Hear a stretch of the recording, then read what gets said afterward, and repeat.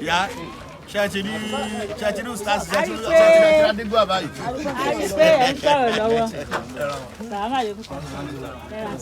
Ẹ jẹ́ àdúgbò ẹ̀kú ìdíje àdúrà wa gbà.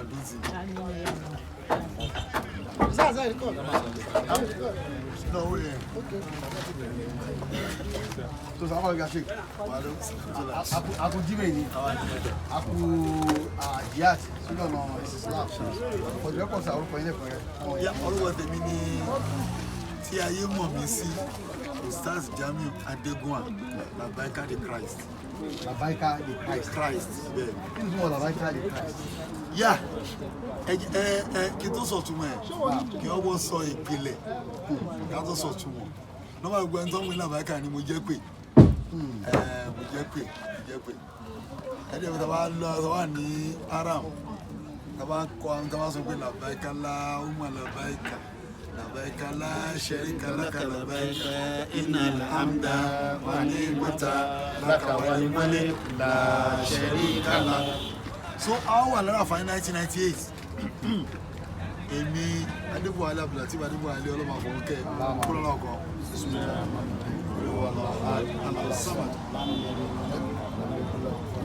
now àwọn àlàpà ìgàràfà tán àwọn àjókòó ní tent kan tó wá gbé wa báyìí kí zura tí a sọ ìtàn Adébọ̀wálé wá ní Jamiu tábà wà ní wàásì tí bá ní Jamiu wà ní náà nígbà tó wá dàlá jì í sí kí ló máa jẹ́ ìgbà tí pẹ́ wọ́n mọ̀ ní Jamiu ọkọ̀ ní Labaika kí Labaika ṣe wọlé nìyẹn. Àwọn ni wọ́n sọ ní Labaika. Ó jáde nígbà tó béèrè lọ́wọ́ mi get ó ní òkè tí máa pè é sí Jamiu tẹ́lẹ̀tẹ́lẹ̀ náà ni máa ń sọ ó lọ tí wá dàlá jì í sí tó máa pè é lórí iṣẹ́ kí ló máa dáhùn mọ́ pé Labaika ní ẹ̀ṣẹ̀ wọlé nìyẹn. Náà pẹ̀ tí Adébọ̀wálé wá kú wá síta ṣe bí a bí oṣù mẹ́fà létà mo kàn wá ńlá wá sìn mo wá ń tírìtì Tani Aṣòlì sí Kristi tọ́mìkì mi jọ́rọ̀ lọ́wọ́ nìyẹn who is an antichrist so èmi mo á bá dá iye kan ṣe wọn tí wàá sí bá wo àwọn èèyàn lára wọn máa mú fún wọn ẹ̀rọ wọn sọ pé Labaika the Christ lójú aago kọ́ra mi mẹ́rin ẹ̀ dàárọ̀ yìí Allahu Akbar. dàárọ̀ mẹ́rin ẹ̀ Labaika the Christ kẹ̀ pé di general name nìyẹn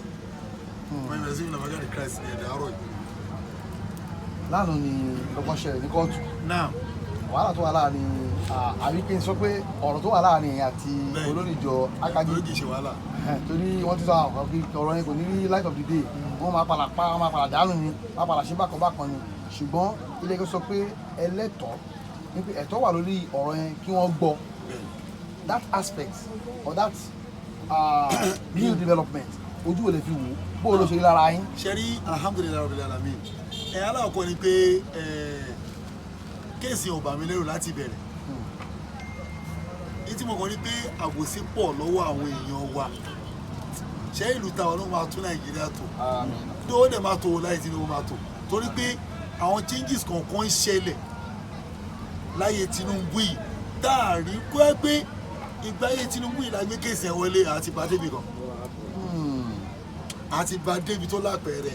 bó tó ní pé ìjọba tó kọjá wọ́n ṣe lò ó ṣe mọ̀ pé tí kankan bá wá ń sìn wà léèyàn tí ẹ ń jọba ẹ get tí ẹ bá lọ àwọn èèyàn tí ẹ máa kú ò àwọn tẹlifíà tó bọ́ ọbẹ̀ Yorùbá ní àfihàn sọ̀rọ̀ ohun gbogbo lónìí èèyàn la fi sọ̀rọ̀ èèyàn ni ò ẹ̀lọ́lọ́ èèyàn tẹ́yìn ń lò àbí àwọn tọ́lọ́ ní kí wọ́n mú òótọ́. òun náà mo sọ pé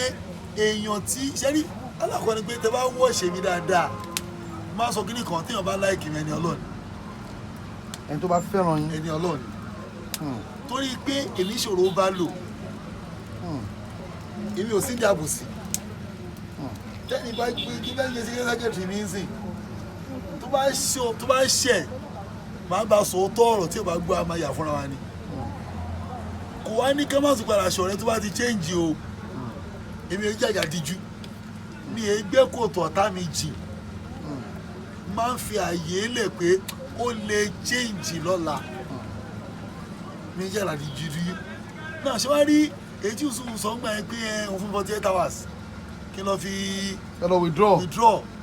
nǹkan kan ló ti ṣe ń gbà yẹn táṣírí ẹ̀ tún sí mi lọ́wọ́ èmi ẹ̀ sọ́kùn máa ṣe fídíò yẹn anyway but torí pé gbójúlé nǹkan kan tó ti ṣe tó ti lọ gba bench warrant lórí kéèsì tí ò ní mímì dàárọ̀ yìí bó ṣe retí kí wọ́n bá mi lè ní kí wọ́n sábà mi pé mo ní kéèsì nílọrin mo ṣe retí ẹ̀ dàárọ̀ yìí ní sí ìgbà sábà dàárọ̀ yìí o ó dẹ̀ ti gba bench warrant lẹ́mi lórí already bọ́ ẹ ṣe ní 2022 tí wọ́n bọ̀ sí ilé mi mo tún retí wọn ní eléyìí náà kọ́ máa kóra wọn bọ̀ wọ́n á fi ìgbà tó wọ́n sàmì hàn mí torí pé mi ò jà fún ti last one yẹn náà tí wọ́n gbé wíṣẹ́ pé àti jẹ lọ fún yẹn wọ́n ọ̀dẹ jẹ lọ o ó yìn lóòdù ni o pẹ̀lú iṣẹ́ ẹ̀ jẹ lọ ó yìn lóòdù o ọlọ́wà láwọn lò ṣé ti jẹ lọ. ọ̀rọ̀ tí ẹ̀ ń sọ ó yé àwọn kan tó mọ wúlẹ̀wúlẹ̀ ọ̀rọ̀ yìí tó máa fi ń bọ̀ ṣùgbọ́n ọ̀pọ̀lọpọ̀ ni kò yé kí ló ṣẹlẹ̀ gangan. ẹ ṣe rí tẹ́lẹ̀kan bá ní kò yé òun á jẹ́ pé òun tó ń wò sí social media tí wọ́n bá wo Facebook tó wo YouTube ó máa yé wọn dáadáa wọ́n ti ẹja gbé báyìí tó rọrọ̀ yẹn pọ̀ gan-an mo lè ṣe lọ́bì kan ọ̀rọ̀ yẹn pọ̀ mo lè ṣe ní wàásù lálẹ́ ìfẹ́ kó ẹgbẹ́ mo máa ní ju òun yìí ni ìfẹ́ kó tí ì lọ́ bá ń bá ń kí tó dorí séyìn lálẹ́ ó lọ ní pé ní 2021 ní sí yẹn ṣẹlẹ̀ sí yẹn pọ̀ ẹnìkan ló impersonate mi mo lè máa sọ wọn pé ẹgbẹ́ ìpanúgbà ẹ̀ náà tẹ́tí wá wà current pé gbogbo bẹ́ẹ̀ ṣe gbá géèmù yẹn ni mo mọ̀ tó dẹ̀ yé mi ẹ bọ́ọ̀ta Jamiu má bínú a ṣe mistake ni ló bá tán. impersonation ló bí eléyìí. òun ló bí ọsùn bá ń jẹ́ òkè nísìn Yusuf Adepoju ẹni ẹ gba 300,000 lọ́wọ́ ẹ̀ ó lu jìbìtì ó dẹ̀ rán ẹni ẹ̀wọ̀n ọdún kan ẹ tún wá bèmí lórúkọ ẹ jẹ́ the same person ìwọ wá gbé sábẹ́ pé kó má lọ jẹ́jọ́ tèmi no ẹ wí injustice mo dẹ̀ lókè tó wáyé gbé 200,000 tó gbá ẹ lónú ẹ èmi á fún 200,000 yẹn release ẹ fẹ́mi. kó wá sọ bọ́ọ̀lù sí jẹ́ gan. ẹ ò kémi fún 200,000 tó lọ fi ẹ̀wọ̀n yẹn èmi á sanwó àfún Yusuf 300,000 naira rí bá ń gbé ẹni tí ó bá mi lórúkọ jẹ káàdì máa yanjú ẹ lọ ó lè gbé sábẹ́ ọ̀gá kémi dákẹ́ ó tún wá ń lo àwọn kéèsì tá a ti ṣe tipẹ́ tó ti kọjá ó tún gbé ìdí against me again kí lè bá jáwọ́ ṣé tó máa ń dùn mí ni pé àwọn èèyàn mọ bí wọ́n dẹ̀ mọ́ máa ń ṣàbòsí ni ìbéèrè tí mo béèrè ni pé gbogbo kéèsì yìí sùn gbé kò mí nísìn kí ni genesis ẹ̀ kí ni mo ṣe ẹ̀dá kéèsì kí ni mo ṣe n fẹ́ pọ́n tí mo ṣe ṣe mi tóbi náà ni pé mo wá di ẹni tó rán captain iṣẹ́ ó dẹ̀ ló mọ̀ ń pa ẹ̀ fine tí captain ẹ̀kọ́ lọ jẹ́jọ́ ó wá tọ́jú ẹ̀ ó wá ní kí ni tún bọ́ ọ̀ta kí wọ́n apologize fún ẹ on what account no lórí kíni bí akọ̀bọ̀láyà lè lórí fún mo ní tó ń bè lọ́wọ́ ènìyàn o ṣé fídíò tó ṣe last yẹn tó lọ fún mi 48 hours yẹn mo mọ tó ṣe ó tún wá ṣe ní ọ̀fíìsẹ̀ǹt pé òun ti kìlọ̀ fún mi tẹ́lẹ̀ omi ò gbọ́ o but òun sọ fún mi pé tí January 25 bá máa fi dé kéèsì yẹn máa kú àwọn máa sín ṣẹ́jọ́ tó sọ̀rọ̀ yẹn mo kàn rẹ́rìn ni nípa mílẹ̀ ni pé èmi mọ géèmù tó ti gbálẹ̀ already pépà yẹn ti wà lọ́wọ́ mi mo kàn rẹ́rìn ni mo mọ̀ pé kò ní mímì torí tí ò possible ló fẹ́ dáwọ́lé báwo ni kéèsì táwọn DPP ń ṣe lọ́lọ́pàá ṣe máa lọ withdraw ẹ̀ mo á gbọ́ dé òun tó ṣe lánàá tó ní torí pé adájọ́ ẹ̀ ń ṣẹ̀dí irọ́ ló ń pa Adébọ̀ irọ́ ló ń pa àwọn náà mọ̀ wàhálà irọ́ ló ń pa. sà tábà wo Adépọ̀jù àti ẹ̀yin jihad kan ní ẹgbẹ́ dání ìrìn yìí sì fẹ́ jọra torí comparative náà ń ṣe ònìyàn náà ń ṣe ìrẹ́pọ̀ ní mùsùlùmí àbí ní àwùjọ mùsùlùmí ni wọ́n ń retí lọ́tọ̀ lẹ́yìn méjèèjì báwo lọ́ọ́ ṣe wá rí báyìí. ṣe rí mo fọ́lọ́ tó láì ń búra mo fi tí wọ́n fi ń búra tó wọ́n fi ń jẹ èèyàn yà lórí irọ́ mo fi búra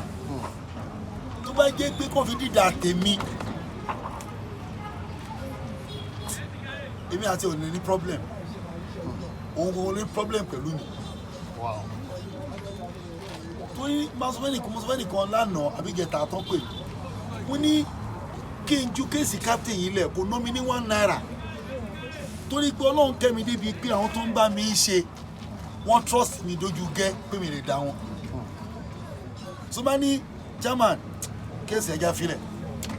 kò sẹ́ni tó máa gbójú ẹ̀ pé alábàjá kí ló ṣe lè fún kò sínú gbogbo àwọn tó ń sọpọ̀ sí mi but ó léwu fèmí ẹ̀rọ kò àfẹ́ tàwọn èmi ni mo lọ Ọ̀yọ́ tí mo tọ̀yọ́ bọ̀ èmi lọ̀rọ̀ yé èmi dẹ̀ mú àánú odò tí mo mọrú ẹja tó wà ní odò so kémi sọ pé mi ìṣe mọ́ yẹn ó léwu fèmí ó máa dàbí ọ̀rọ̀ Ali àti Màáwíyà ni gbogbo ọtọ́rọ̀ yẹn wọ́n máa ní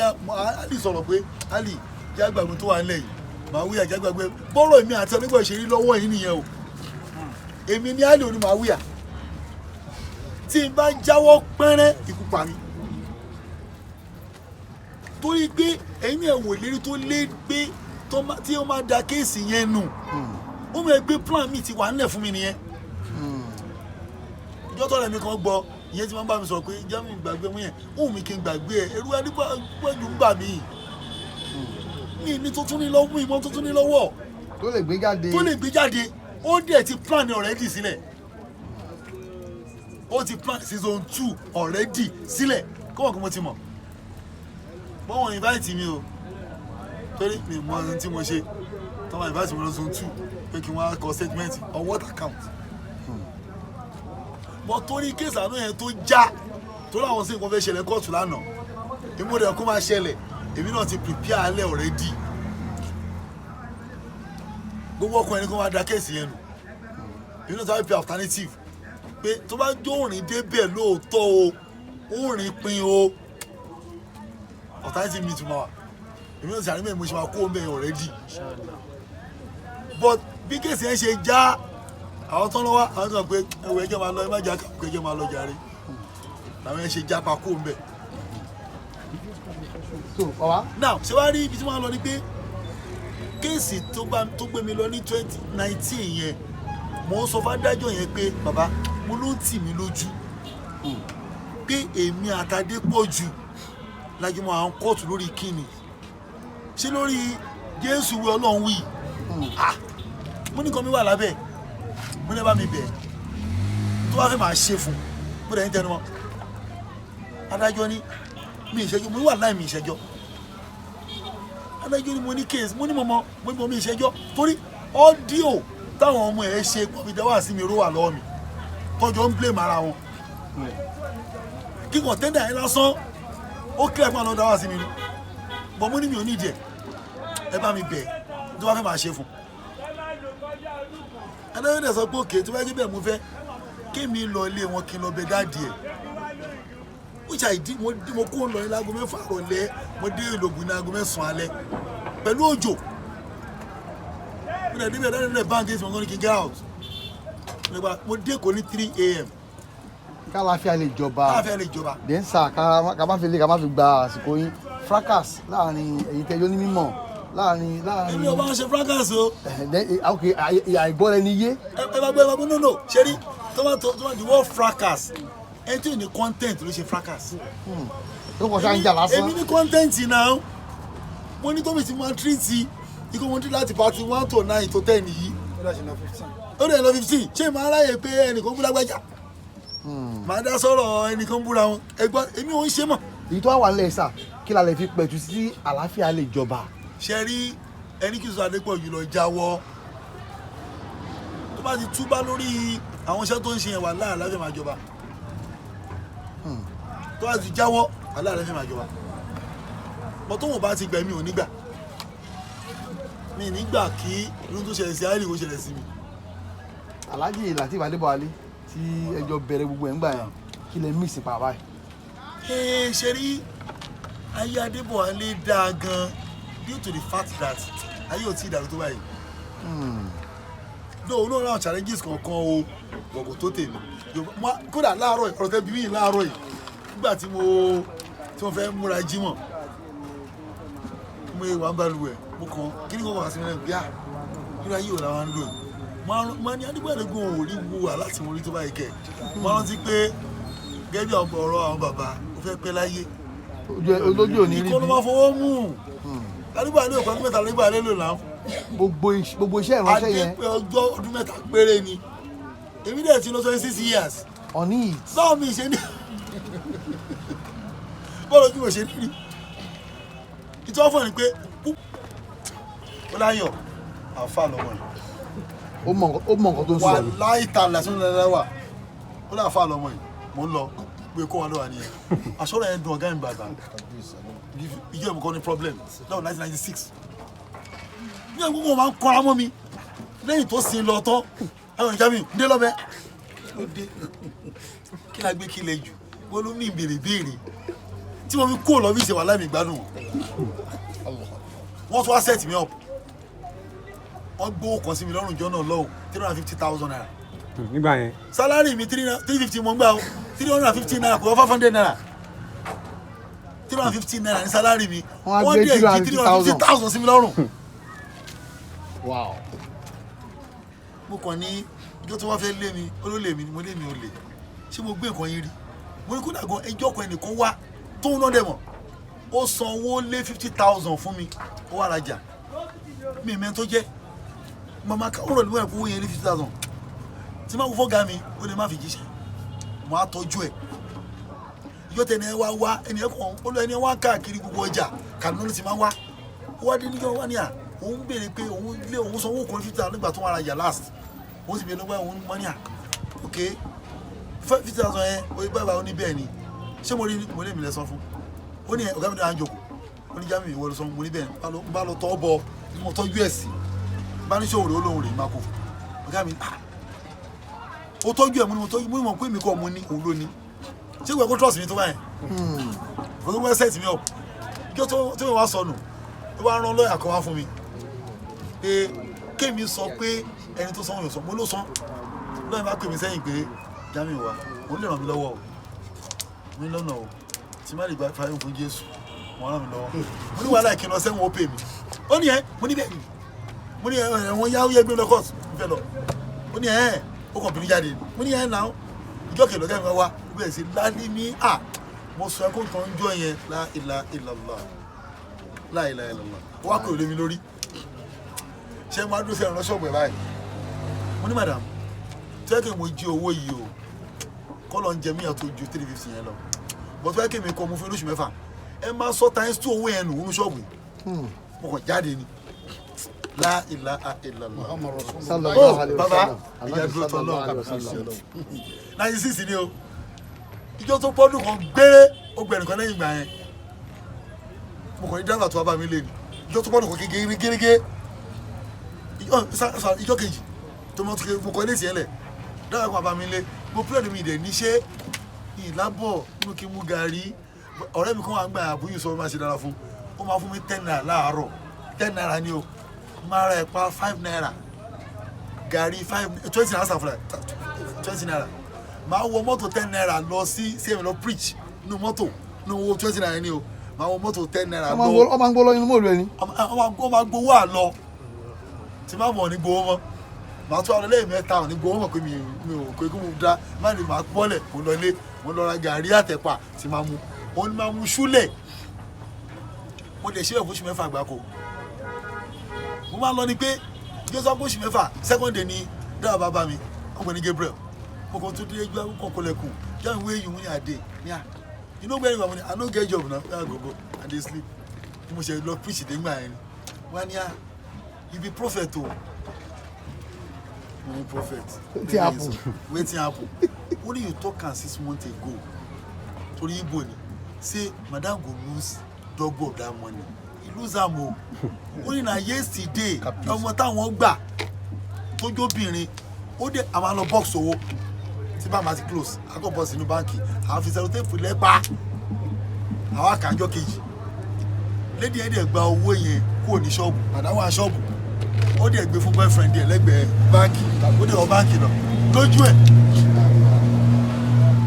bí o ṣe wá sọ́fíìsì níjọ́ kejì rẹ̀ wọ́n bẹ̀rẹ̀ sí wá kiri olùgbà wọ́n á ní madam dey call you make you come wọ́n beg you when I'm not going with you now what is that doing no tell I'm not coming with you màá wá fúnra mi tó bá convenient fún mi ó bá lọ ó ní sí lè fẹ́ mo náà ní lè fẹ́ so at least God don vindicate me say I'm a thief nígbà tó wá di pé wọ́n á lọ ní bí a week later àwọn ọmọdé bíi oní àjọ ìpẹ̀lẹ́ mo ń dúró rè bó wé kí mi dáadáa lọ́wọ́ ó ṣe ń bínú mo ní ìbínú mo ní bọ̀ ọlọ́run ti dá mi láre àgbà gbogbo ojú tí orí mi yàn lọ gbogbo ilẹ̀ wa ń bí èyí sí ẹ kí mi ò ń ṣolè ẹ wá ní ẹ kí ló wá ń ṣe mo ní mi ṣe ọ̀sán mo sùn mo ń jí ni ó dé padà èmi síbí mo ní ṣe mo ń sùn mo ń jẹ ọ̀nà màdà ó pè mí gan o mo ló pè mí mi ò róúnjẹ jẹ gàrí mo mú o mo ní bọ̀ ó pè mí ju kí n máa ń ṣe lọ mi kó lọ bí sẹ́ni ní ọlọ́dẹ ti kẹ́ ẹ̀ náà mo ní mo mọ mú dáadáa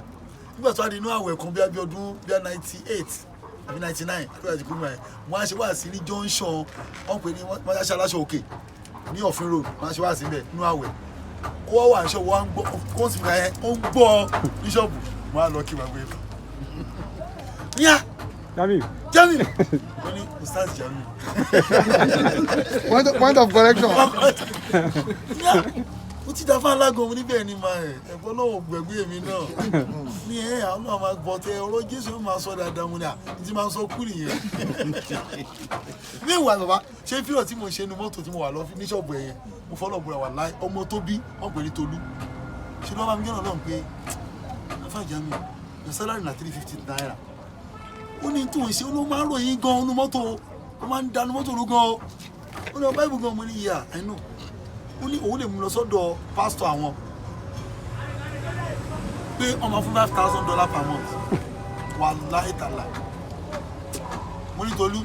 I'm not doing this for money I'm doing this for God